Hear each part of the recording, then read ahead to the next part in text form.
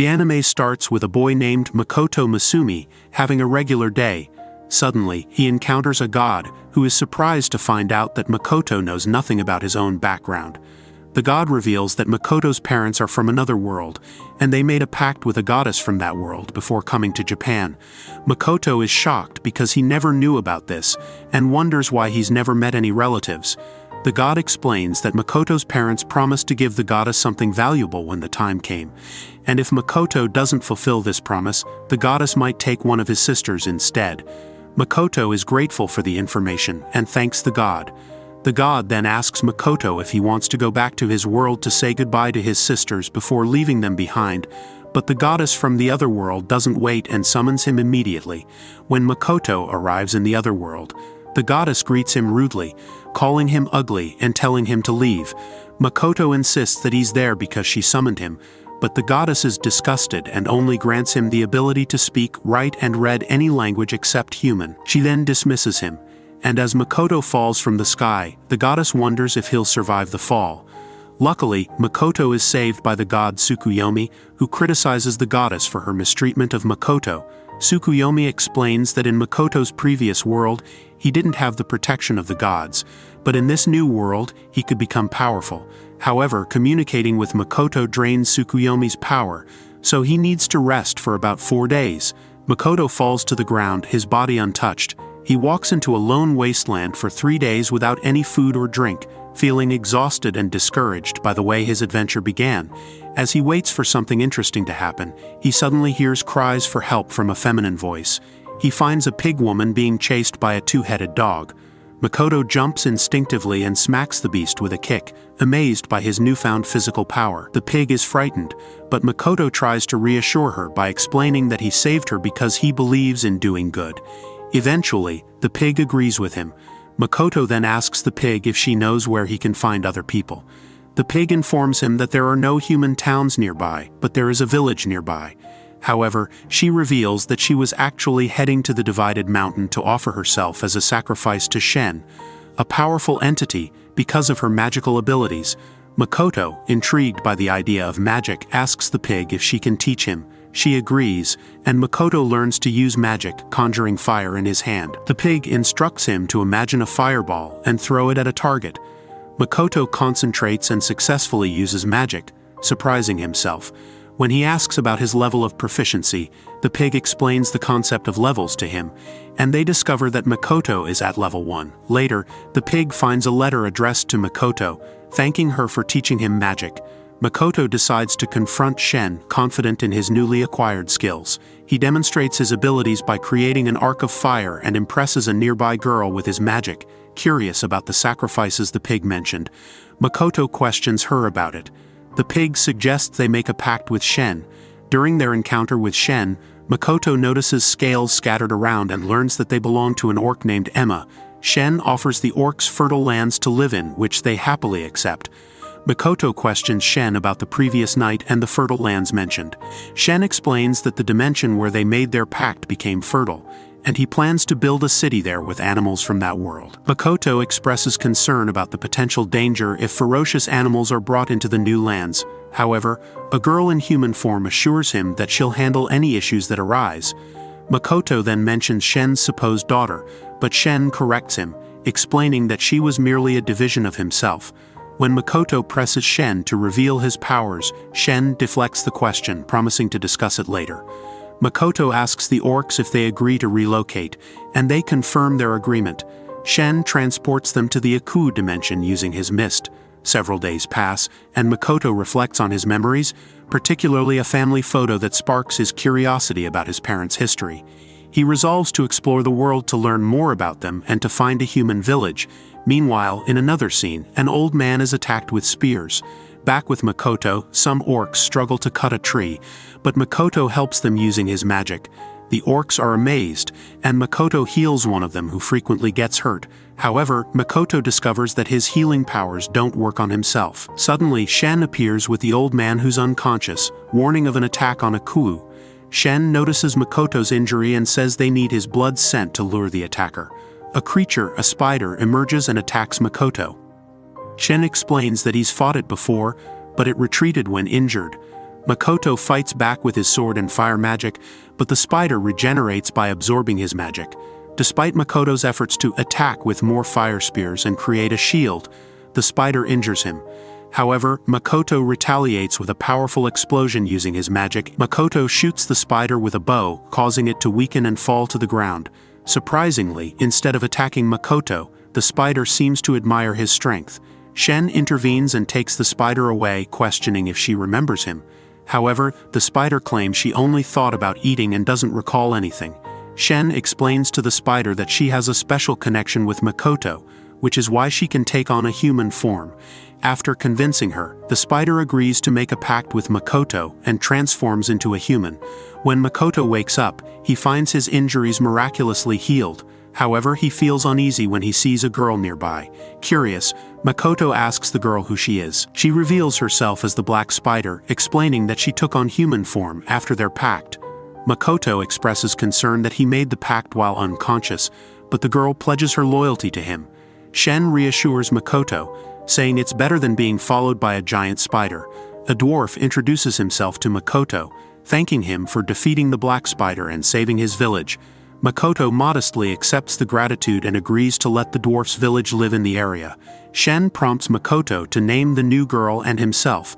Makoto names Shen Tomo, which pleases Shen, and names the other girl Mine. As time passes, Makoto witnesses more races coming to live in Akuu. Later, Makoto informs Shen that he wants to visit a human village. On his way, he encounters a frightened girl who runs away from him. When he approaches the village, he's met with suspicion and people pointing at him. Confused and hurt by being mistaken for a monster, Makoto flees back to Akuu feeling dejected. Determined to bridge the communication gap with the human village, Makoto seeks to learn the human language. The dwarf provides him with a ring containing mana to prevent him from frightening anyone. With the help of Shen and Mio, Makoto sneaks into the human village. They check into a hotel where Shen and Mio engage in a friendly competition to determine who has the highest level of power. They discover a scroll indicating level caps, with Shen at 1320 and Mio at 1500. Shen struggles to accept that Mio is stronger than her. That night, Makoto ventures out with Mio while Shen stays behind. A girl approaches Makoto, seeking his help and embracing him. Makoto decides to bring her back to the hotel where they're staying. The girl reveals that she was traveling with her older sister, who disappeared a month ago after they were evicted from their rented house for non-payment. The girl recounts an incident where she accidentally killed two men who tried to steal from their cart. Shen intervenes to stop the last thief, only to discover it's a woman. Makoto suggests they allow her to eat before discussing further. The girl addresses Makoto politely, and he tells her she can call him whatever she prefers. The girl calls Makoto brother, and gives him a drawing of her missing sister before leaving.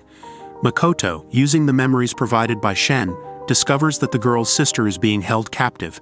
He urges Mio to rescue her, and both Shen and Mio set out on the mission. Meanwhile, Makoto stays with the girl, who expresses disbelief that Makoto, despite being wealthy, doesn't know how to drive a cart.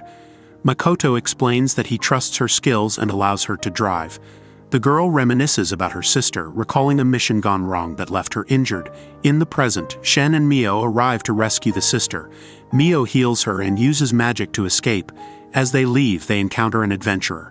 Back with Makoto, he informs the girl they've arrived, but she suddenly remembers something she forgot at her house. Sensing something amiss, Makoto uses his magic to spy on her and discovers she's meeting with some boys. They discuss Makoto selling fruits for 500 gold coins, which they plan to steal to pay off her sister's debt.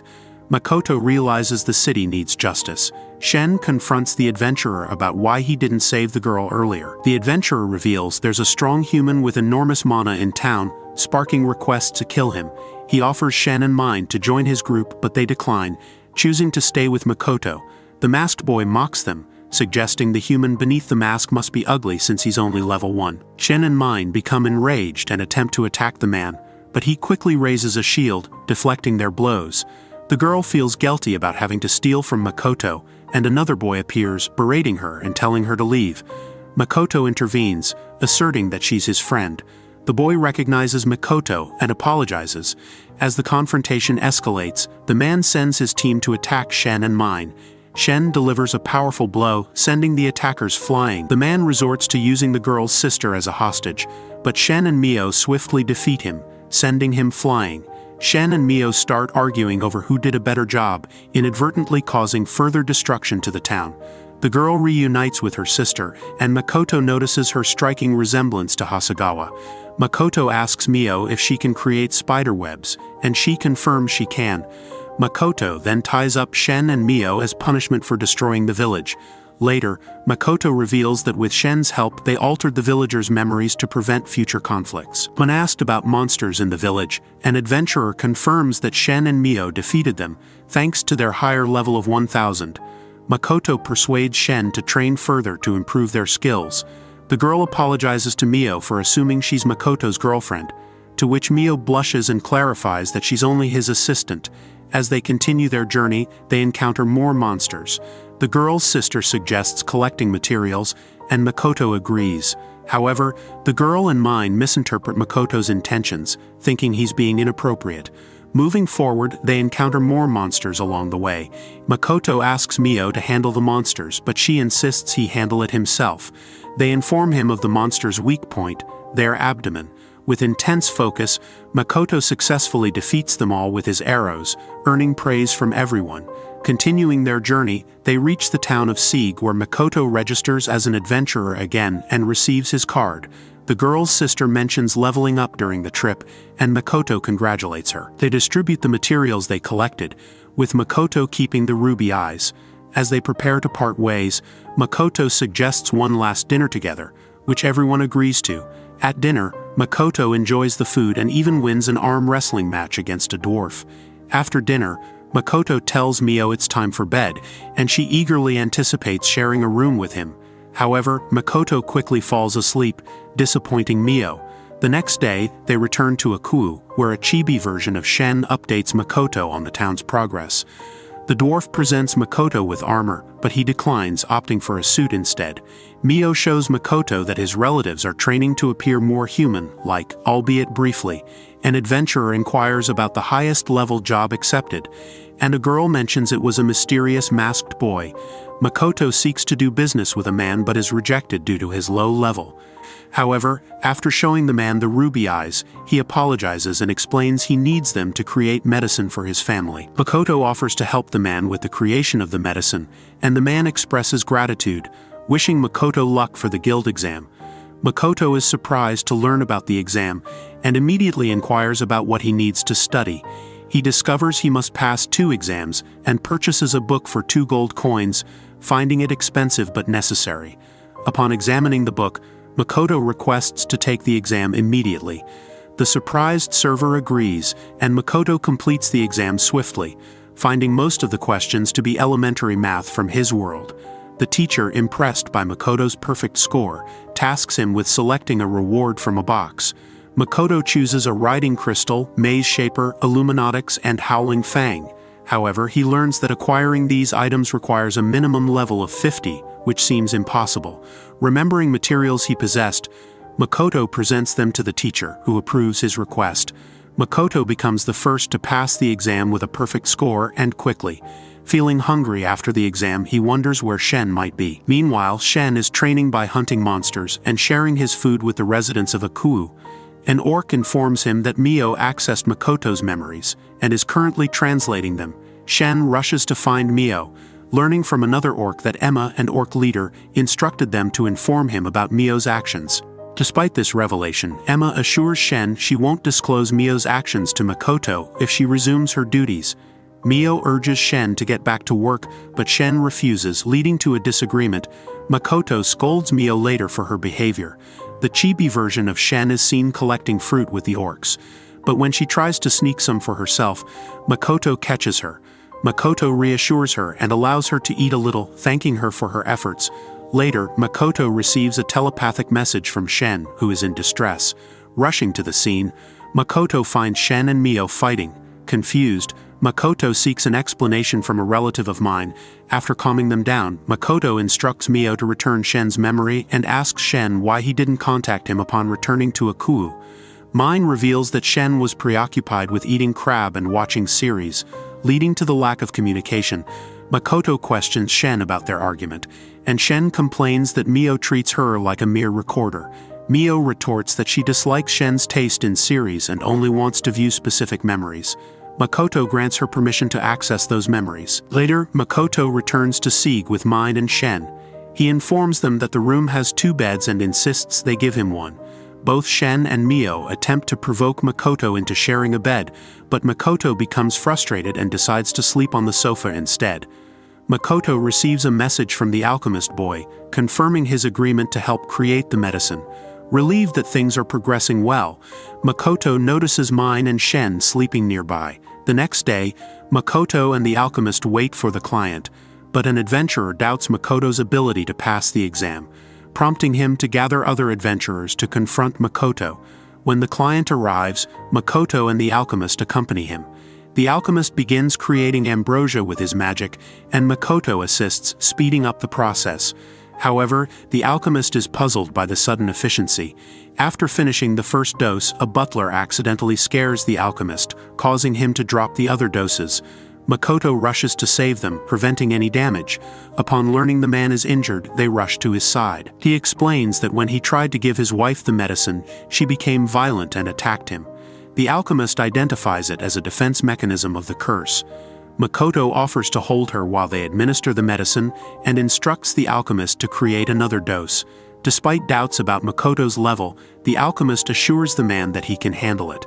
They approach the wife, and Makoto successfully restrains her, allowing the man to administer the medicine despite her resistance. Gradually, she returns to normal. With the wife treated, Makoto proceeds to the daughter's room, where they successfully administer the medicine, curing them as well. As the alchemist appears with the final medicine, he stumbles and nearly drops it, but the butler manages to save it in time. Makoto takes the medicine and enters the room, where the girl warns him to flee. However, Makoto realizes she's conscious and reassures her that everything will be okay. Despite her initial attack, Makoto manages to restrain her, and they successfully administer the cure. Grateful for Makoto's help in curing his wife and daughters, the man expresses his thanks. Makoto leaves the room and encounters Shen and Mio outside. Suddenly, an adventurer attacks them. Shen and Mine emerge unscathed, with Mio remarking that the attack was insignificant compared to her training. Shen explains that they were being watched with intent to kill. More adventurers approach, offering Shen and Mine a job. Mine negotiates a payment of 10 gold coins, which she accepts. Makoto silently thanks them for following the plan. As the adventurers begin their assault, Makoto dodges their attacks. Shen refrains from attacking until Makoto utters a classic phrase, prompting Shen to join the fray and defeat their assailants. One adventurer pleads for Mio's help, but she reminds him that she never promised to assist. Another tries to flee, but Makoto stops him in his tracks. The last remaining adventurer, fearing for his life, is spared by Shen after he examines his memories. Makoto questions why they targeted the Rembrandt family. The adventurer explains to Makoto that a shaman informed him about a dream curse, meant to provoke a change in attitude rather than cause harm. Understanding the situation, Makoto advises him to tend to his friend. Mine demands payment from the adventurer, who agrees, but Mine takes all his money. Later, Lime apologizes to Rembrandt, who forgives him but restricts his future as an adventurer. Lung decides to quit adventuring altogether. Sitting under a tree, Lime ponders his next steps when Shen approaches. Shen offers Lime a katana as a gift and proposes employment, providing him with a substantial sum of money. Lime, surprised by the offer, agrees to work for Shen. Meanwhile, Emma informs Makoto of soldiers losing confidence due to their inability to best Shen and Mio in training. Curious about the situation, Makoto and Mio eavesdrop on conversations among the orcs, who express reluctance to train with Makoto, fearing they'll be defeated easily. Shen suggests a solution, a tournament where the best warriors from each race face off. As the competition begins, a lizard attacks an orc, but the orc defends himself with a barrier. The lizard attempts another attack, shattering the stage with its strike.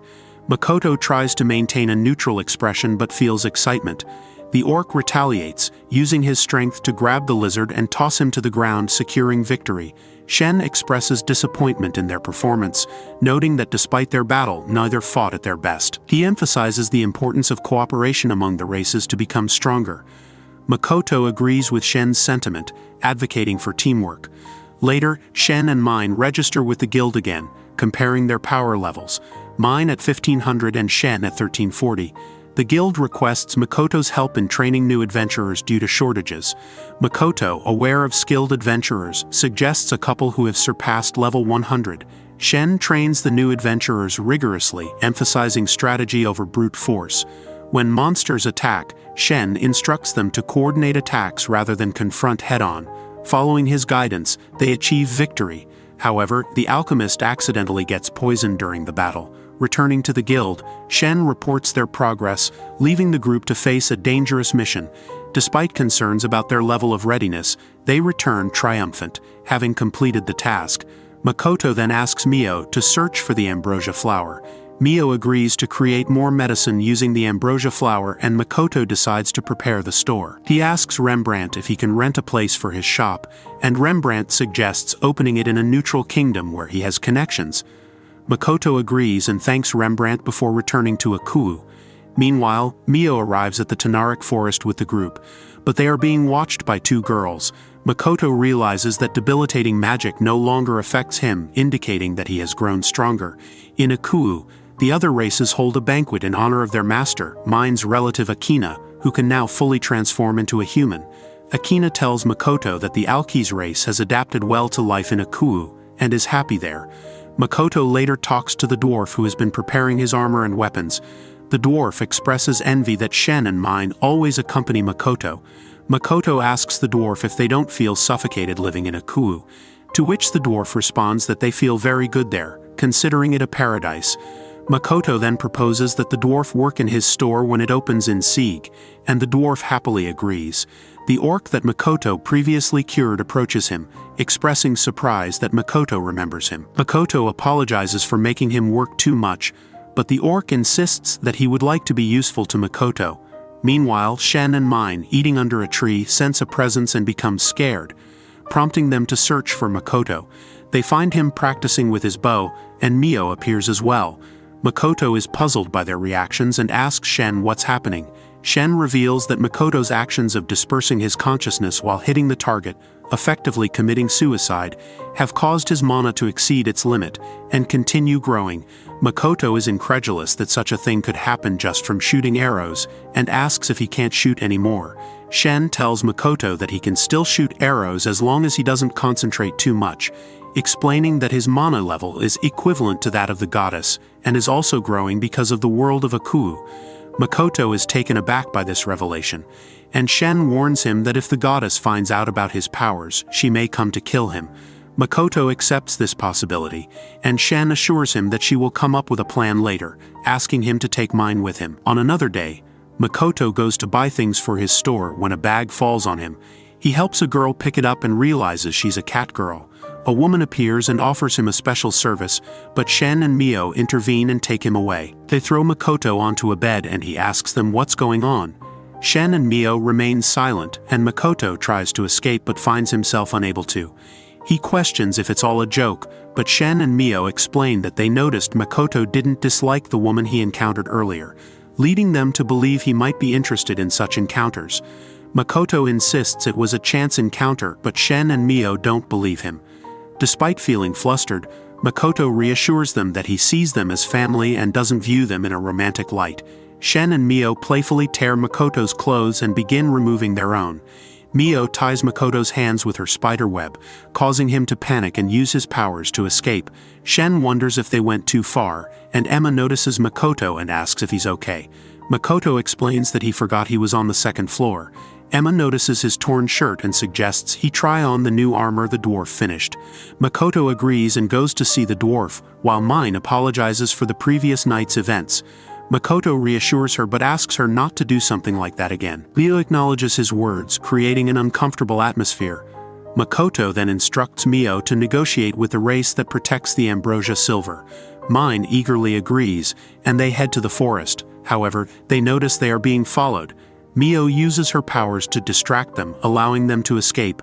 Once they arrive at the ambrosia patch, Makoto reminisces about his little sister and asks for Mio's hand.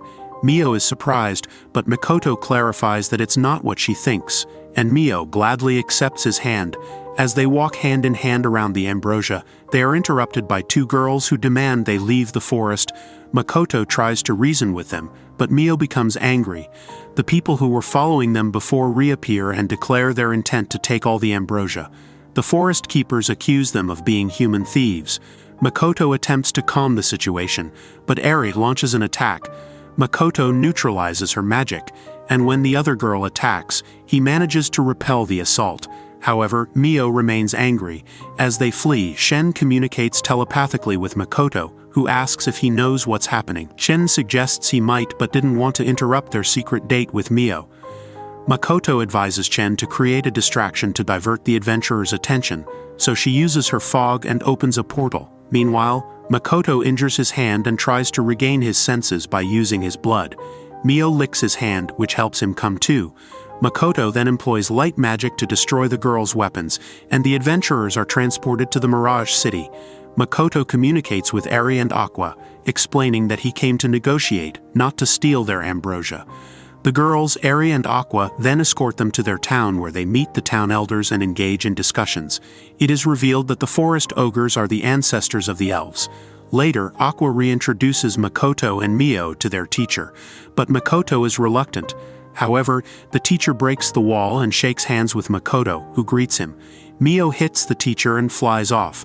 Makoto requests Mio to investigate the teacher, and she agrees. Mio discovers that the master of Aqua and Eri is possessed by a demon. Makoto then swaps places with Chen and witnesses the possessed master absorbing someone's life force. The demon emerges from within the teacher and attacks Makoto, but Makoto, unaffected by debilitating magic, nullifies the attack. He pleads with the demon not to kill him, assuring him that he won't kill him either. Chen appears, and Makoto instructs him to take the demon away and teleport him elsewhere. The elders reveal that they had considered executing Makoto once he let his guard down. Shen arrives with an old man who initially doesn't recognize her. However, upon remembering, he reveals her true identity as the dragon Shen, prompting everyone to kneel before her. Shen suggests they do the same for their master, Makoto, much to the elders' surprise. Later, Makoto interrogates the demon, who reveals his desire to become a Grant, an evolved being surpassing humans in every aspect. Makoto admits to using dark magic to defeat him, but the demon doubts it. Shen and Mio defend Makoto, threatening the demon for disrespecting their master. Makoto then asks if he can buy the demon's grimoires to learn his techniques. Shen informs the demon that only Grants can travel to other worlds, leading Makoto to suspect his parents might be Grants. They start making a pact, during which the demon transforms into a long-haired boy. Mon insists they teach him how to treat his master properly, but Shen experiences a headache, and an explosion is heard. Chen falls to the ground bleeding. Makoto asks Mio to stop the bleeding and heal Chen while he and Lich investigate the explosion. Lich admits he's not accustomed to using a physical body and suggests using his healing magic. Makoto agrees, and Lich heals Chen while Makoto runs to the explosion site, where he finds Hokuto dead and Emma crying. Lich reassures Makoto that Hokuto is not dead and suggests using Makoto's healing magic to revive him. Makoto attempts to use it but fails, prompting Lich to use his own healing magic to revive the others. Emma gives Makoto an orc's necklace and directs him towards the humans. Makoto investigates the source of the explosion and discovers several portals with adventurers on the other side. As the portals close, Makoto reaches into one and sees the memories of an adventurous woman. When she reaches Sieg, Makoto appears before her, and a confrontation ensues. Despite her threats, Makoto defends himself and ultimately kills her, experiencing sadness at taking a life. The next day, a funeral is held for the orc and the fragment of Shen. Makoto names the Lich Shiki, and Shiki expresses appreciation for the new name. Shen tells Makoto that he must be prepared to take on the role of king of Akuu after killing the woman. Mio and Shen argue about their respective relationships with Makoto. Later, Makoto discusses plans to build a wall to create the illusion that there is nothing beyond the Mirage City.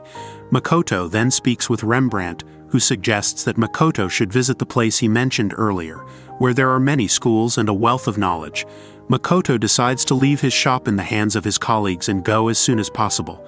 He reveals his true face to Rembrandt, who reaffirms his trust in Makoto regardless of his appearance changes.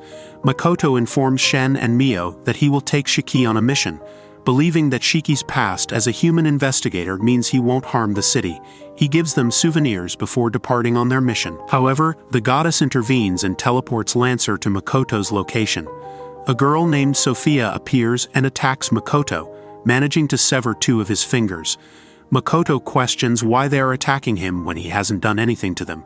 Sophia reveals that they are aligned with the demons, making them enemies of Makoto.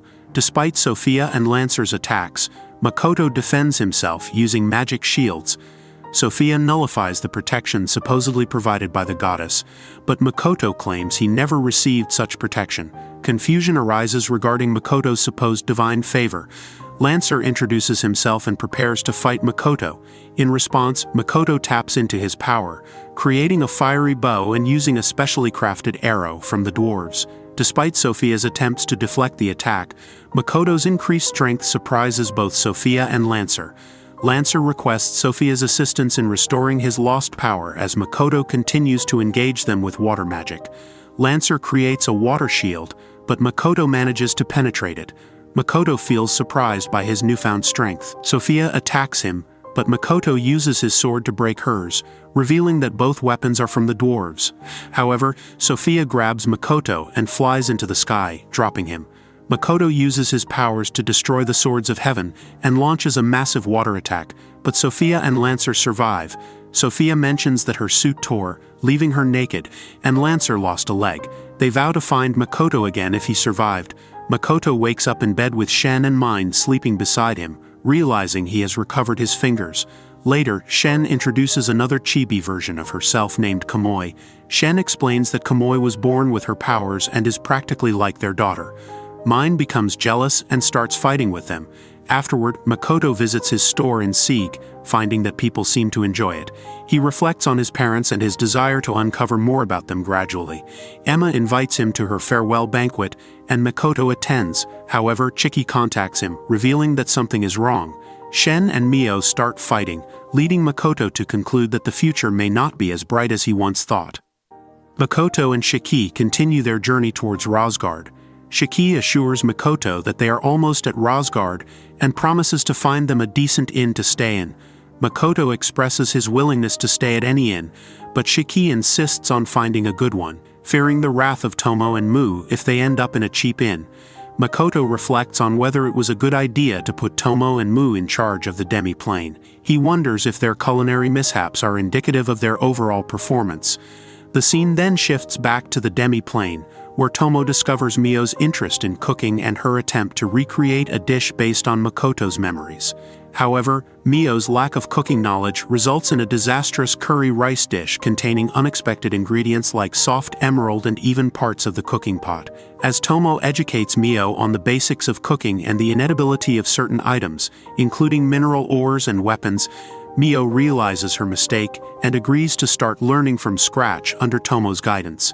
Tomo continues to educate Mio on the basics of cooking, emphasizing the importance of controlling fire and demonstrating with a simple task like making slightly burned toast. However, Mio ends up burning the bread completely, showcasing her lack of culinary skills. Tomo remarks that Mio has much to learn in the art of cooking.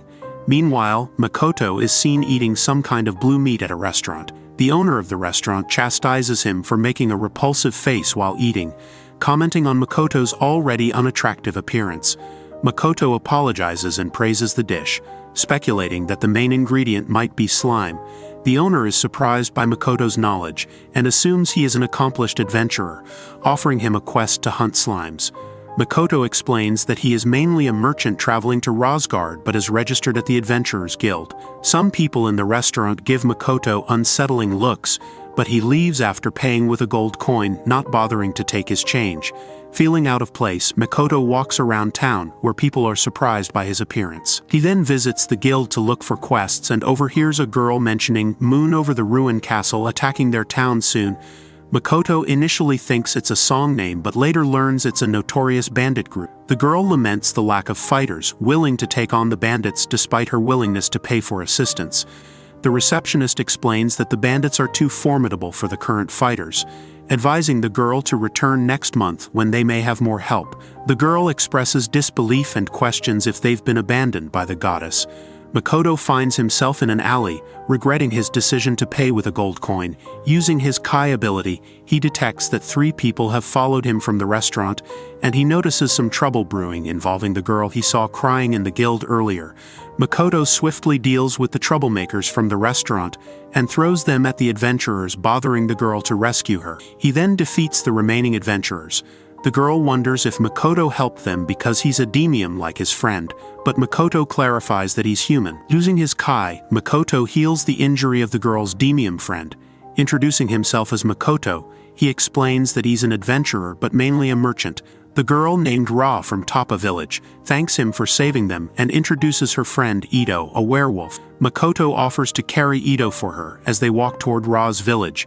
During their journey, Makoto inquires about the bandits Ra mentioned earlier. She explains that the bandits have been attacking villages recently, torturing and killing strong individuals like Parley to intimidate the villagers into surrendering their money and savings. Every village they've visited has suffered the same fate, and now Ra's village is also in peril. As they reach the top of the village, Ra expresses her gratitude and leaves to inform the villagers. Makoto waits, contemplating whether Aya, possibly a typo, was going to follow her. Ito is surprised that Makoto can speak werewolf and expresses concern about a demium entering a human village, but Makoto remains determined to help. Makoto states that his village is in the woods ahead, but Ra and some villagers are close to him. He uses his investigative Kai to check the village and notices that the bandits have killed some people again. Makoto realizes that Ito was awake when he was carrying him, and wonders if Ito pretended to be unconscious because he felt responsible for putting Ra in danger. Ito admits that Makoto is right, and Makoto asks him to keep Ra safe if he wants to be with her. Makoto then uses his investigative Kai to find out that the bandits are in the mountains, and decides to go after them, despite Ito's warnings. Ito asks him why he is doing all this, and Makoto explains that the name Moon over the Ruined Castle is dear to him, as it's the name of a song in his country. He dislikes the idea of a bunch of bandits adopting that name, and wonders if this reason is enough. The scene shifts to some other Demiplane residents testing Mio's cooking, but the results are disappointing once again. Mio is perplexed, even though she used premium ingredients this time. Tomo explains that great ingredients don't necessarily guarantee great taste, and different races have different palates and preferences. She then shares what kind of food each species in the Demiplane likes, and Mio realizes that cooking requires profound knowledge. Tomo suggests that Mio travel around the world to improve her cooking skills, and Mio decides to embark on a culinary journey for the sake of the young master. Everyone is pleased with this decision. Tomo also decides to start her investigation, as she doesn't want the young master to get caught up in any trouble. The scene then cuts to the bandits in the forest planning their next move. Makoto, now wearing his mask again to conceal his identity, uses his silence Kai to muffle all sounds in the area. The bandit leader is surprised that they can't make any sounds, and Makoto takes advantage of the silence to shoot the bandits one by one.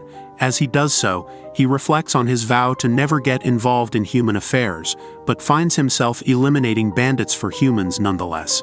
He realizes he's acting on his emotions when he hesitates and decides to intervene. After thinning down their numbers with his bow, Makoto believes he's only knocked the bandits out without hitting their vital organs. He then switches to using fire magic to defeat the remaining bandits, causing an explosion that catches the attention of the villagers. Makoto tells the bandit leader that he won't kill them, and asks them to change their group's name from the Moon over the Ruined Castle. The scene shifts to the villagers finding the bandits tied to a tree, and Ra asks Ito if Makoto did this. Ito confirms, and Ra thanks the goddess for it. Later, we see Makoto with Shiki, who asks him where he was all day. Makoto explains he was taking care of some business, and Shiki tells him he found an inn that cost 3 gold coins a night. Shiki expresses concern that Makoto, unlike other heroes, is living a frugal life, but Makoto mentions seeing other heroes when he was teleported to the battlefield, and wonders if he'll ever meet them again. The story then goes back in time to before Makoto was summoned to another world. Makoto is walking around the school when a girl named Habi Tanishi approaches him. She points out an error in the date on a document he received from the student council, and exchanges it with the correct one. Makoto thanks her and leaves. While Habi thinks about Makoto Masumi, rumored to be a hero who joined the student council despite being an average guy.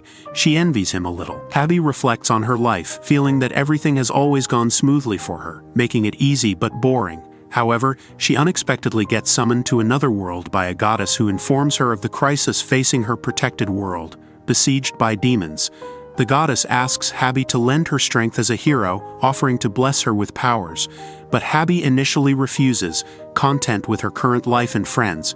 The goddess persuades her by appealing to her desire for meaningful connections and a life worth risking for. She offers Habi powerful magic, increased physical strength, charismatic leadership abilities, and a divine item, a silver belt. Eventually, Habi agrees and is sent to Lemia Kingdom. Meanwhile, at Lemia Kingdom, the king receives a prophecy from the goddess about the descendants of a hero, giving hope for freedom from the demon's torment. Habi arrives and is welcomed by a crowd introduced as the hero by the goddess. Despite her disbelief in being in another world, she observes the map of the continent resembling Japan and learns about the ongoing conflict with demons, the fall of Elian Kingdom, and the alliance between Lemia Kingdom and Gronya Empire as a last defense. Heiki recalls that the officials were displeased when she mentioned another hero in the Gronya Empire, understanding the tension between neighboring countries. She prepares for potential hostility after the war with demons ends. Reflecting on the belt the goddess gave her containing a wolf spirit, Heiki is surprised by the unexpected gift. The next day, Heiki must choose her party members from a group of mercenaries, including the court magician Woody and the promising knight Norst, recommended by the king. She senses nepotism in the selections. During recruitment, a girl named Navel notices Heiki, sensing no bloodlust from her. Navel initially intends to leave, desiring to fight demons rather than serve as an elite student's bodyguard. However, Woody persuades her to stay. Heiki offers Navel a chance to train her in swordplay and become battle partners. Navel accepts, intrigued by Heiki's proposal to fight demons on the front lines. Meanwhile, Norse, a knight, is captivated by Heiki's beauty and seeks to remain close to her. As they prepare to cross Linnea Kingdom's border to meet a priestess from the Laurel Commonwealth, they encounter trouble. The priestess's carriage is surrounded by cows, posing a challenge for Heiki and her party. Norst explains that the monsters, called cows, become stronger by consuming mana, making them formidable opponents. Rudy praises the priestess from Laurel for her skill in holding off the enemies with her shield. Nabel observes 4 kobolds and warns the group that each of them needs to be dealt with quickly to prevent reinforcements. As they engage the kobolds in battle, they manage to eliminate one, but Heiki hesitates to deliver a fatal blow to another kobold when it pleads for mercy. This hesitation leads to the kobold summoning reinforcements with a scream, overwhelming their party. Navel asks Heiki if she's alright, being her first time slaying monsters, but Heiki resolves to press on as the hero. In a fit of rage, she eventually defeats the kobolds, feeling remorseful for the carnage she caused.